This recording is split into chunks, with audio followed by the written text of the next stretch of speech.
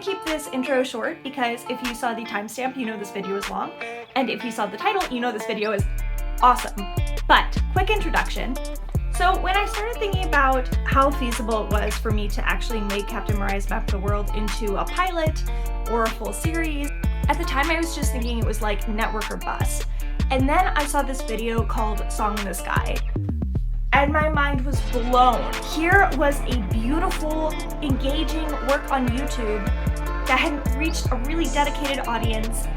So without further ado, please enjoy my interview with Sam Frederich, creator of Song in the Sky. Anyway, thank you for joining me today. Oh yeah, no problem. Yeah, it's totally a pleasure. I'm always happy to to talk about my cartoons. So like, yeah, thanks for the excuse to gab about it. Yeah, of course. So I know a little bit about your project because I've been following it for a few years, ever since I found it on YouTube. But for people who aren't aware, can you tell me a little bit about yourself and about your I think you have a few things in the work, but the project I'm mostly interested in right now is Song in the Sky, which is how I found you. So yeah, I'm Sam Frederich. I'm an animator from Los Angeles. A couple of years ago, I made an animated pilot called Song in the Sky that's about a world where a couple hundred years ago, the ground just fell away, and all that's left is Haven, which is a city floating in the sky that's held up by a mysterious ancient crystal. And the main character is Angela, who is a fighter pilot with a robot wingman named Andy, who is trying to protect her city from these giant eldritch horrors that come from the abyss underneath the clouds. It got some attention. I made it mostly by myself. I did the animation and editing and stuff like that. And now I am almost done with the second episode. I've been saying that for a while now because it keeps seeming like it's almost done, but then something comes up, or I have to change something, or a scene which I think is going to take 1 month ends up taking 3 months, and yada. It's almost done, and yeah, I guess that's kind of where I'm at right now.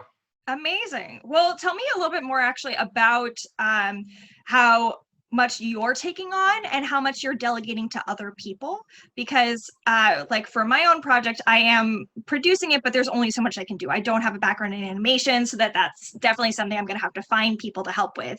But I would love to know more about your process and how much you're taking on with Song in the Sky. Yeah, well, I mean, with the first episode, I did basically everything myself. I did the concept art, I did all the animation, all the storyboarding.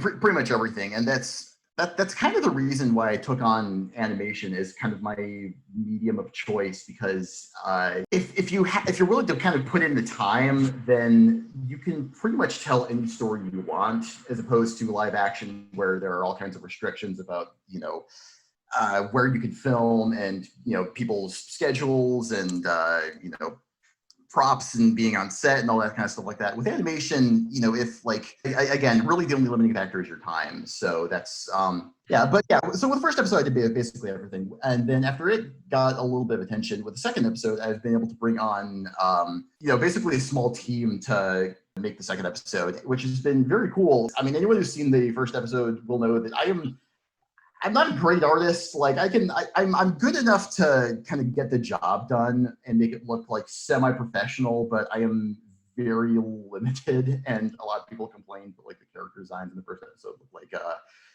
like Nintendo Mii's or something, which fair. Still doing basically all the animation, but I've brought in a couple of artists to do the character designs, to kind of redesign them to be more expressive and just look better in motion. I've got some people doing backgrounds. There's a guy doing the score. I did have one of my friends do the sound design for the first episode, and he's coming back for this one. But the real big surprise, which came at the kind of the tail end of production, was so I had a mechanical designer who was helping out with the designs of the hangar and the technology and kind of redesigning Angela's fighter craft.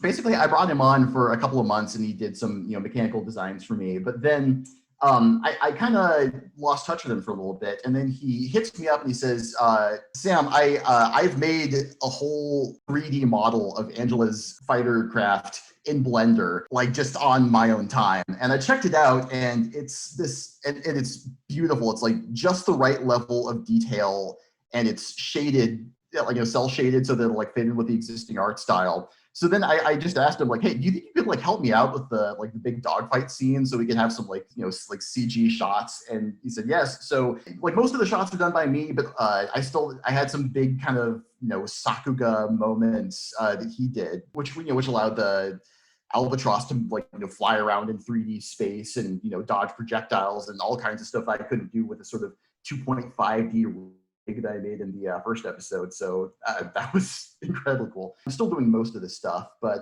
I've been able to pull in people to kind of fill in the gaps of stuff that I'm not great at, which I think is kind of the goal in any production. Like, I mean, when you're working with budgets as minuscule as mine, like the more hats you can wear, the better. But if you bring in people to do the stuff that you're not great at, then that's extremely good. And so where do you find those people though, and how do you essentially trust them with your baby? Because I know, like, from my projects in the past that I've done where I've worn a lot of hats, then when I bring in other people, sometimes it can be like, okay, but don't hurt it, I like, how do I trust them?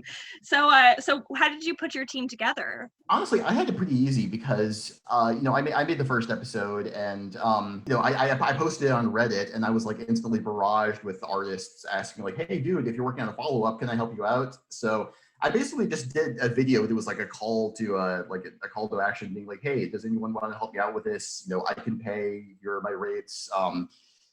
Just shoot me an email." And then I got a bunch of emails and looked through them and basically just picked the people the best portfolio. So I had it pretty easy. But I mean, for anyone who's not starting off with the kind of leg up that I had, I would say just there's a bunch of subreddits online where artists post their stuff, or you can look on Instagram or or DeviantArt or any places where people post their portfolios. And there are so many amazing artists on the internet. It boggles the mind, and all of them want to work on cool stuff. So if you have a cool project, then and you have a budget that you can afford to pay people for their time and not just in experience or whatever. Then right, exposure. exposure. Then yeah, there's really no shortage of great people who want to work out there. So, and as for trusting people with your baby, I would say, part of it is just picking the right people. It's, looking through their portfolio and figuring out like, okay, this person has, really good draftsmanship, but they don't necessarily fit the art style I have in mind, or, this person, fits my art style, but is kind of expensive. And, it's just like finding the right team by just, being diligent with who you're hiring. So that's part of it. But I think the other half of it is just that being a director is all about communication. So just communicating your vision to the people who are working for you. And a lot of the time, that's more of a factor than how necessarily well suited to the job the other person is. Because if you have a person who's an incredibly talented artist, but you're just not communicating to them what you need, then you're probably not going to be satisfied with what they give you. But on the other hand, if you have an artist who's good enough, but you really go into detail and you get on a call with them and make it very clear what you want, and hear their input and all that kind of stuff, then they're probably going to give you what you need, and it'll probably be better than the alternative, I guess. So I think that's the big thing. And also just like in general, if you're gonna make a project that's with a team, you have to be willing to, give up a little of your baby, and also just kind of deviate a little bit from the vision that you kind of have in your mind. Because a lot of the times, like, and this is especially the case for me when I'm working with voice actors, because you'll write the script and you'll rewrite it, and you'll have very specific voices for the characters in your head and very specific reads. And then when you're in the recording booth or over a Zoom call with them, a lot of the time they'll they'll have a different take from you, or they'll read the line very, with a very different mood than you had originally intended. And a lot of the time it can be kind of tough to shake the preconceptions that you had in your mind, because again, you read it over and over in your head. But most of the times, the voice actors have better ideas than I do, because this is what they do, Right. So Are you doing some of the voice acting remotely then, especially during this time where gathering can be a little bit trickier? God, I mean, yeah. Well, because this project has been in production for so long, I did I wrote the script, and then I recorded all the lines I thought I'd need with my voice actors, and wherever I could find them. That was be it in their homes or my home, or yeah.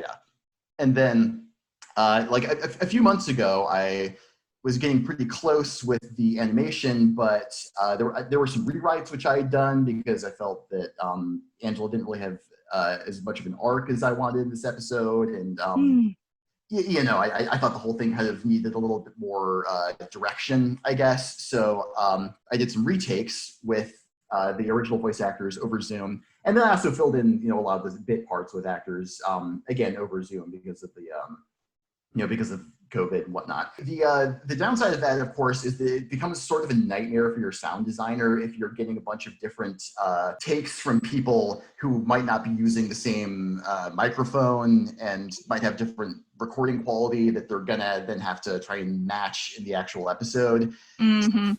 That was a whole thing to consider, and I actually had to redo one of the recording sessions for my actresses, because I realized that her recording quality just wasn't up to snuff with the rest of it. But yeah, again, it's been a combination of in person and over Zoom, mostly over Zoom since COVID started. Cool. Well, I also want to ask you a little bit more about your decision to, and how much I guess it was a decision to do this all yourself and post it on YouTube, as opposed to going a more traditional route and pitching it to maybe big networks. I guess also I'm wondering how much of your background is in animation, and I know music actually seemed a huge feature of the pilot episode. It was something that really drew me into it. So wondering what your background is, and then how that influenced your decision to make this and just kind of put it out there in the world yourself. Yeah, well, as far as my decision to put it on YouTube, I would say that's mostly because YouTube is kind of what I knew at that point. I mean, I'd had a YouTube channel for years at that point, and I posted a couple of little series to it on college. So YouTube was kind of what I knew, and it's also just kind of because at that point when I made Song in the Sky, I didn't really have many credits to my name, or many things that I thought would get the attention of people with money, or production companies or whatnot, to show them that I was serious. Because before that, I'd made some animated shorts which had gotten a little bit of attention, had been to film festivals, won some awards, yada yada, but nothing which I thought was really gonna catch people's attention and show them yeah, this guy knows what he's up to. So I decided to just make it myself, because that's kind of what I knew, and also because with Song in the Sky, I really felt like I had something to prove. I wanted it to be kind of the thing that would hopefully push me to the next level, and get me some attention and show people what I can do. And in the end, it kind of did that. So. And also, it was kind of just one of the nice things about the internet era and animation in general is that it removes a lot of the barriers between you and the thing you want to make. Because when I started Song in the Sky, I had just finished a collaborative project. It turned out okay, but the whole experience of the whole collaborative experience, I realized midway through, we just had completely different ideas of what we wanted it to be. So it kind of turned into this whole nightmare. And by the end of it, I was a little depressed. And it was a pilot, but I didn't really want to do anything more with it. So with Song in the Sky, I was just I just want to make something really cool that's just completely my vision, and just kind of put it out there. And I came up with the concept, and then just kind of did it and put it out in 6 months. So that's 6 months. Yeah. Well, that's again, the animation's pretty simple. And I had a lot of unnecessary complications at the second episode, which is why it's taken so long. But neither here nor there. Also, the world started ending while I was making it, so that didn't help. Right. But yeah, I'd say the main reason I made it myself was just because I wanted to make something, and I had a kind of bolt of inspiration. I just wanted to put it out there. So yeah, that's kind of the other reason.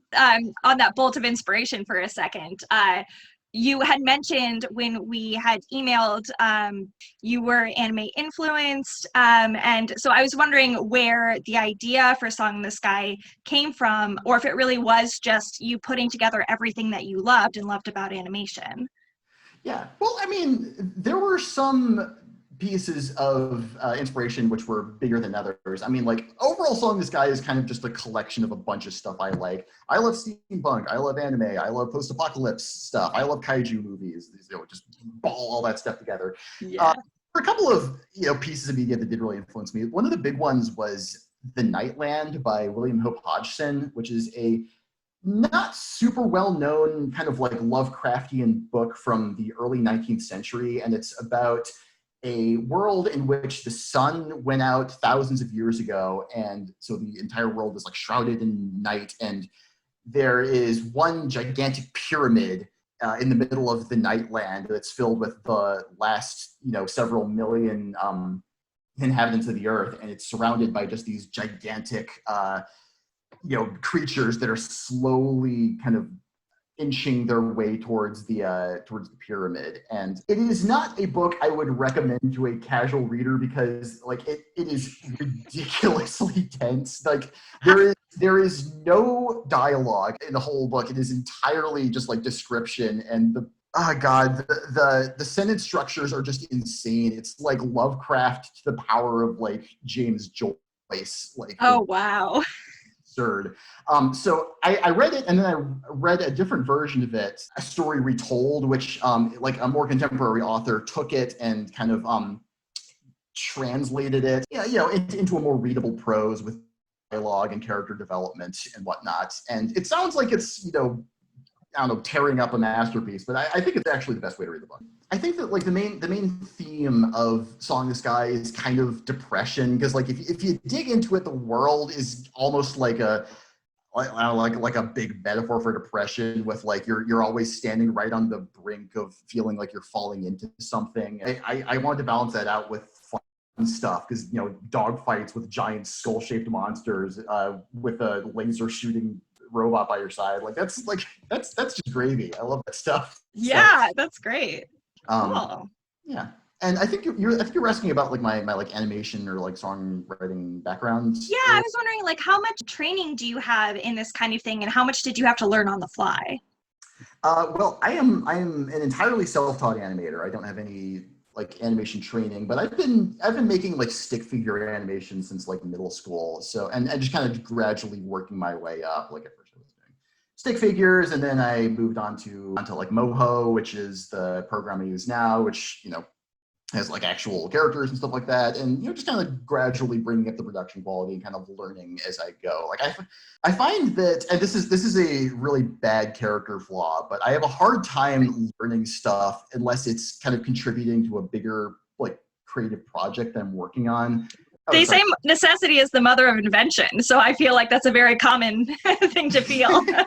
Yeah. So I haven't really taken any classes in After Effects or animating or anything like that. But I've learned pretty much everything as I go making these projects. If I decide like, oh, this it'd be really great if I could have some lens flares in this shot, then I look up how to add lens flares, or which plugins I need to add for that, and kind of learn as I go. Or if I decide like, oh, I'd like to have lasers in this shot, then I look up how to do lasers on After Effects. And honestly, that's a pretty good way to learn. You go to places you wouldn't necessarily think of if you were kind of just trying to take it step by step. Although I will say the downside of that is that I think I'm missing a lot of the kind of fundamentals I would have learned if I had learned things the traditional way. Because again, I think I'm a pretty good animator, and I'm good at like shot composition and a lot of stuff, but I'm not very good at drawing. It just like in general. Most of the time, I always have to either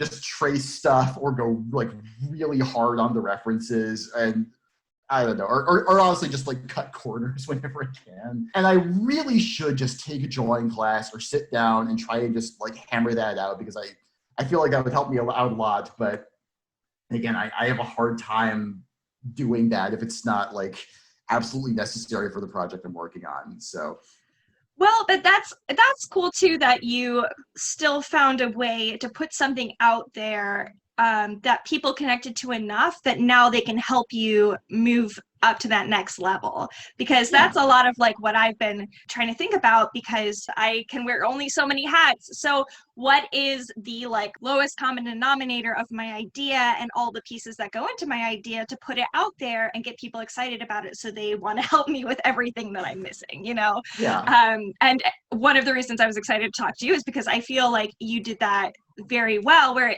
you had mentioned it was an independent project and yet it somehow sparked like all of this attention, which was great. And I think it was through the heart that your story had, the originality.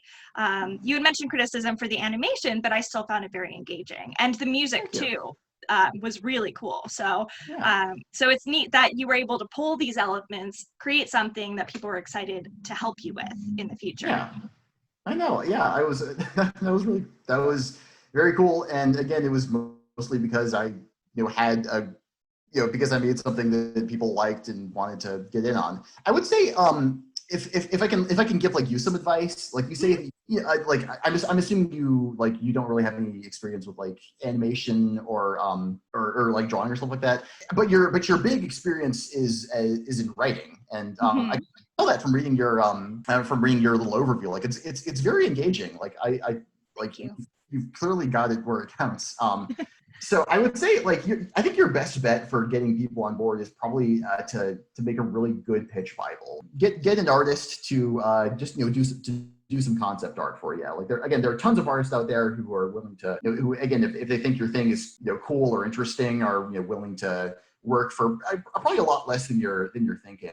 I think the other thing is just find examples or like images that give an idea of what you're going for. Like, but you can just go like character by character, just like give like a half page to each character and have like a little collage of different kind of reference images from from media that kind of show what you're going for. And you do a little bit of like graphic design or stuff like that. Just like have like a good like professional package that you can like show to people, and I think you'll get a lot more like attention or like enthusiasm than you think. Because Cool. Thanks. so I'll definitely try to do that, because one of the things that I'm doing with this project is with the Midnight Oil Company. Eventually, after the like development period of it, I will have for our YouTube channel a version of the pilot. And right now I'm still trying to do the numbers, figure out how many people I have to hire, what that looks like. So it may eventually just be like the script, voice actors, music, and over like an animatic of animation. yeah, animatics are an awesome idea. And I think it may be a simple way to show that, but then how else should I show this world? So all your advice about creating a pitch Bible, that's totally something I could do. I could basically do like a Pinterest board with a few descriptions, Yeah, exactly. Yeah, and that would be great too to put together for the people who I'm like trying to hire to do the drawing, to do the animating. Like, help me, this is what I want. But yeah, no, I totally get that. And I like there are tons of professional pitches which do that. Like, have you seen the Stranger Things pitch Bible? Because it's full of shots from E.T. and The Thing and like all kinds of stuff. Just like whatever they can pull in to kind of get you in like the atmosphere that they're going for. And I think it's like one of the best pitch Bibles I've ever read. So like. Yeah, I think an animatic's is the right way to go about it. The big thing that people overlook with kind of independent projects is sound. So I think even if the animation is simple or jerky, or again, if you're just going with like a black and white animatic like Welcome to Hell by Erica Wester or stuff like that.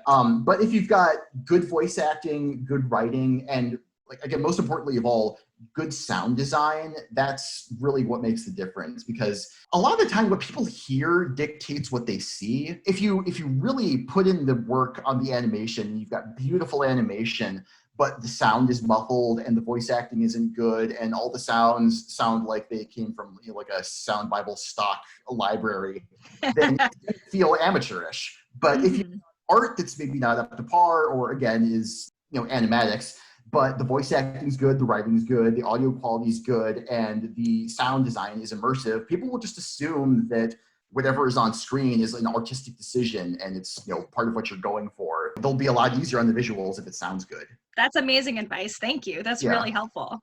That's really the big thing I've had to learn over the years, because my early stuff has horrible sound. And it's also because like you spend so much time on the designs and and writing and storyboarding everything and finding the right artists. And in my case, like spending just, you know, 12 hours a day animating stuff, you're just like shot after shot, that when you finally finished it, you're just like, okay, just push it out there. I want it to be done. But then you gotta step back and say, nope, you gotta really take your time on the sound design and not rush through it, because if you do, then all the work you put into everything else won't mean anything, because people will project as amateur.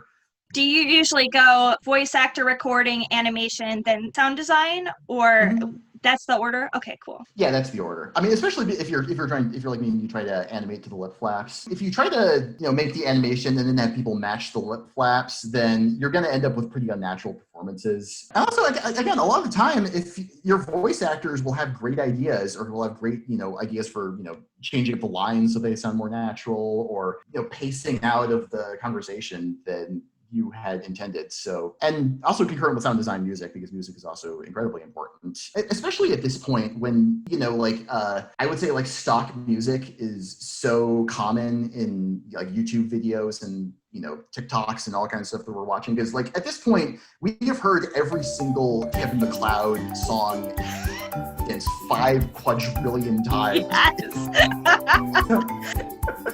Or that like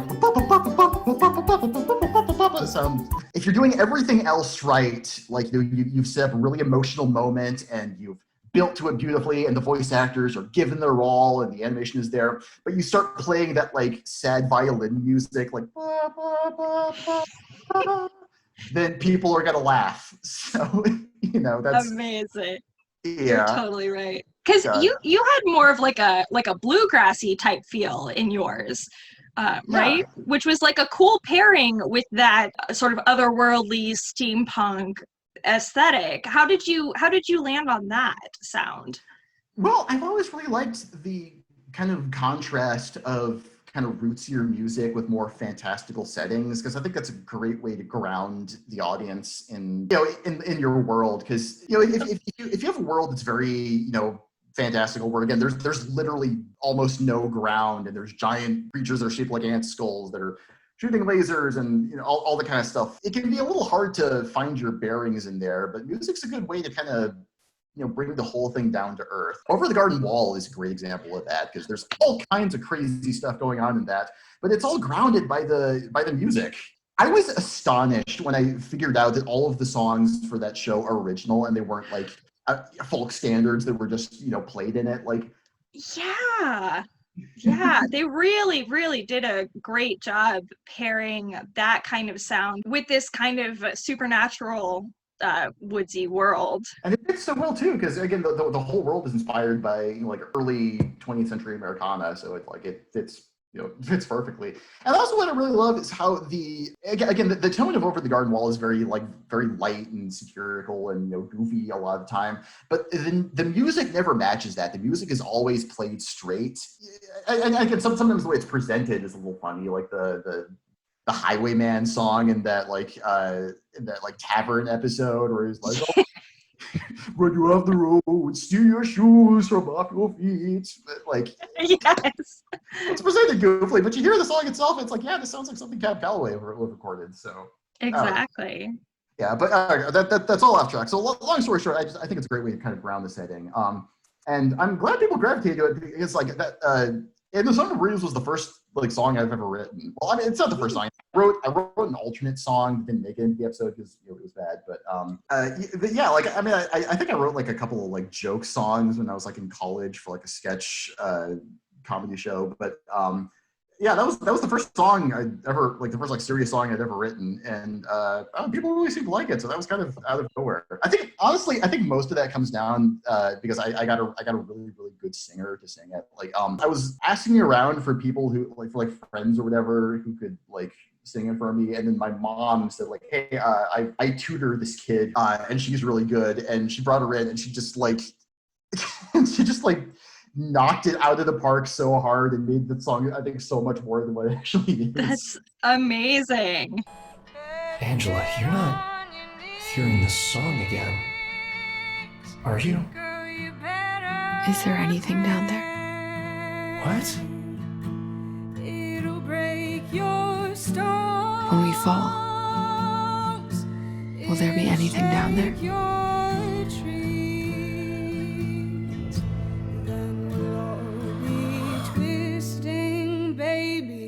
Summer breeze.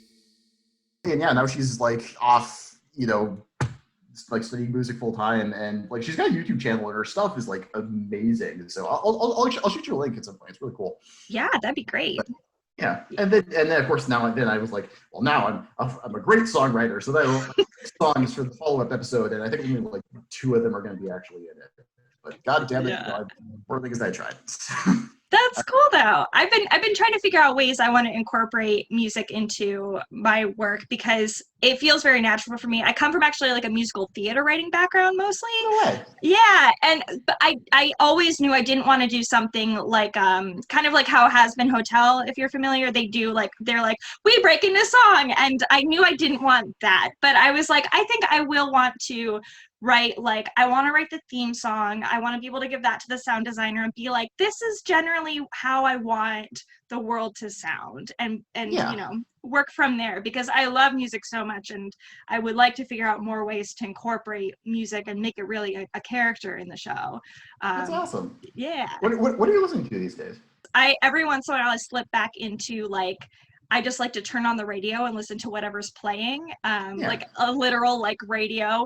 So I was up in Peekskill, New York recently, and that was cool because they had these stations that would kind of just be like, oh, we're gonna play the hits, and the hits were all like songs I hadn't really heard before, mixed with like really popular TikTok songs, mixed with like country music. Yeah, well, I kind of guess that given the guitar hanging behind your head. Yeah, exactly. I come from, so in high school I played in an Irish fiddle group for a number of years. Yeah, it was really cool. I played the cello in the Irish fiddle group. So usually when I write music and or when I'm just kind of like idly listening to music, I end up in sort of a bluegrassy / like Irish traditional folk music. That's awesome. Is any of your like stuff online? Like, is there anything I can check out? I could probably send you to like my SoundCloud, which has some songs from my like big musical that I've done. Yeah, please. So, yeah, cool. I'll send that along to you. Yeah, I tend to do like indie rock mixed with a folk sound. Big fan of that. Love it. So, Love it. As far as like adding like music to projects, I think another thing to keep in mind is that songs in in the thing you make can be an amazing like marketing tool. Because honestly, I think one of the main reasons why Song This Guy got as popular as it did was because it had like a song in it that people liked. Because I posted the song by itself and it got like almost as many views as the episode itself. And it goes beyond that. Like, I think for a lot of people, the moment when Steven Universe went from being kind of a cult show to being like a big thing that a bunch of people watched and was part of the cultural conversation was during the last episode with that song that the Garnet sings, Stronger Than Me. Because that's everywhere. It was like a huge meme. Or even more recently, I think like Toss a Coin to Your Witcher is like 80% of the reason why the Witcher show got as big as it did, because people were sharing that everywhere, and it was like cool. all over the internet. And I like, if someone told me that like the Witcher wouldn't get a second season if it weren't for Toss a Coin to Your Witcher, I might believe them. So, That's interesting. Well, because actually now that you bring this up, I remember I started watching Adventure Time at the beginning, but people didn't really know about it until suddenly everybody was singing like the Fries song. And so like that show then was like, oh, people like this, and then they kept throwing in more music, which was super cool. That's a good point. And of course, like Over the Garden Wall is another like great example of that. People, that soundtrack got so popular that I bet it pulled in a ton of new people. So again, not to get all like, I don't know, like inside baseball or whatever, but like I think like having some songs on your thing is usually a good way to pull in people. And again, if you've got like a songwriting background, it's like, hey, put some of what what you're good at into the thing you're making. So yeah, cool.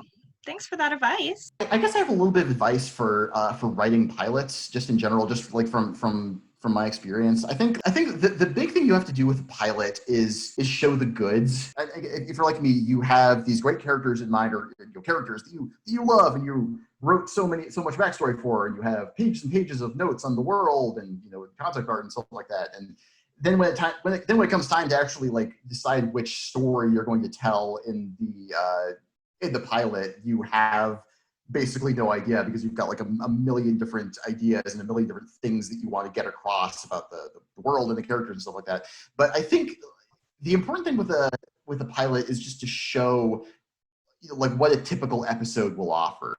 Like if your show is going to be about like existential angst and like fighting giant monsters, then you should center it around a giant monster fight, or like Infinity Train. If your series is mostly going to be about exploring different cars and solving mysteries, then you should center it around a mystery in one of the train cars. So I think that's the big thing. It's like you got to give people an idea of what your show is going to look like. Because if your show is all set up, like if you're just like, okay, I need to show people who this character is and what their motivation is, and I have to show as much of this world as possible because that's what people want to see. It's like, you have to keep in mind that like when you're making this episode, as far as everyone watching it is concerned, it disappears outside of the edges of their screen. So what's on there, that's all that counts. And I think the other piece of advice I have, I feel like the conventional wisdom when it comes to writing is always the most important scenes are the first scene and the last scene. And I mostly agree with that, because with the first scene you have to hook people in, and with the last scene you have to end on a good note. And I completely agree with that, especially with the ending, because I think a good ending will make up so much goodwill in people's minds. Like obviously, like I'm my own biggest critic. I look at Song in the Sky and I see all kinds of problems with it, and like, oh man, this should have been edited tighter, and God, I should have gotten a different read on this line, and yada yada yada. But I think, and obviously the art style is a little crude and all that kind of stuff like that. But I think I really nailed the ending. I think that final line, and then you pan into the clouds and you see like this big crazy creature, and you're like, what's going on? And then you cut to black. And I think that's the main reason why most people, stuck with the show and want to see the second episode. The ending is incredibly important, because if you screw up the ending, people probably aren't going to want to watch any more episodes of it, even if the rest of it's really good. And if your ending's good, then, even if the rest of it has problems, then people are still going to want to see where it goes. But I think what a lot of people overlook is, and this is just kind of a personal thing for me, I think in a lot of ways, aside from the ending, the most important scene of the episode is the second scene. A lot of the time, your first scene is kind of all flash and no substance, because you want to hook people in. You want to, show them all this cool stuff. And then after that's done, you're like, okay, cool. Now we can actually start the story. And that usually starts with the second scene. And to my mind, at least for me, that's where I usually decide to either keep watching the episode or stop watching the episode. Because, if the first scene is like, okay, that was pretty cool. You had some, cool visuals there, and it seems like, this is setting up a pretty cool world. But then the second scene is like a character hitting an alarm and waking up like, oh, time to start the day. And there's like, and I don't know, like, background or something. I'd be like, okay, this show probably doesn't have as many new ideas as I thought it did. Or right. or if it feels like the second scene is just kind of coasting, then a lot of time I'll kind of lose interest or watch something else. But if the first scene's good, and then if you really hook people in the second scene, then I think they're in for it. Like, I think a good example of that is the pilot of Firefly, because the first scene of Firefly, if you'll remember, is all flash. Like it's this big battle scene. There's lots of shooting and explosions and witty one-liners, and the captain comes in and is instantly a likable character, and then it ends with this big crushing character moment for him as the bombers come in and he loses the battle. And then we cut to the present, and I remember when I first watched that episode, I was like, okay, that was a pretty cool opening. They blew their entire budget on that, and I wonder if I'm gonna still enjoy this when I keep watching it. And then the first shot of the second scene is this shot of the night sky, and the upside down helmet of the captain kind of comes into view as he's like floating in the vacuum and talking with his crew, and I was instantly hooked. Like, that's the shot that, like, not all of the flashiness of the first scene that got me. It was that shot that was like, okay, this show has some visual invention to it. It's this is some good banter, and I'm instantly intrigued as to what they're doing and why he's upside down, where he's floating, what he's doing out in space. and that's what got me. And then you have Wash doing the scene with the dinosaurs and Cursor, some inevitable betrayal. And again, I think that is what got most people to keep watching the show. So That's it's true. like That's so true. Yeah. yeah. So again, I'll cut it short, but it's like No, you got to get the ending right. The opening should be good, but you really got to nail the second scene, because that's where your show's rhythm is really going to make itself known after because a lot of the time, also the first scene is often kind of a break from formula, like it's like a mini climax in of itself, or you're doing something really interesting with the with the format or with the style or something like that. But it's the second scene where it's like, okay, this is what the show is going to look like. This is how the characters are going to talk and interact with each other. This is what the the visuals are going to look like when we're not blowing all of our money on the big explosive battle scene in the first episode. And I think that's where people usually get wise to whether or not it's going to be a good show. So that's my little advice on there. That's great. That's not advice that I hear a whole lot, but you're totally right that that's about when I decide to whether I'm going to stick with something or not. So now you have got me like thinking about like, oh gosh, I should revisit that second scene. So that's great. You're like, oh no, it starts with an alarm clock. No, it doesn't. Oh no, yeah. Oh God, I made so many movies in college that started with kids hitting an alarm clock. I will never live down. That's amazing. But yeah, it's like the equivalent of like the 3-episode rule in anime. It's like that's the point where you're like, okay, am I in or am I not? So yeah, that's what I have to say in that regard. Cool. Well, thank you so much for chatting with me. That was a pleasure. Yeah, this was awesome. You gave me so many amazing words of wisdom. All right, yeah, dude, thank you so much. This is so fun. Yeah. Thank you so much, and I will excitedly be following your journey. So okay, thanks. Yeah, I'll let you know when the second episode's up. Please do. I'll be waiting for it. So. Okay, cool. All right, well, yeah, thank you so much. Thank you. Have a great day. Nice to meet you. You too. Bye. Thanks.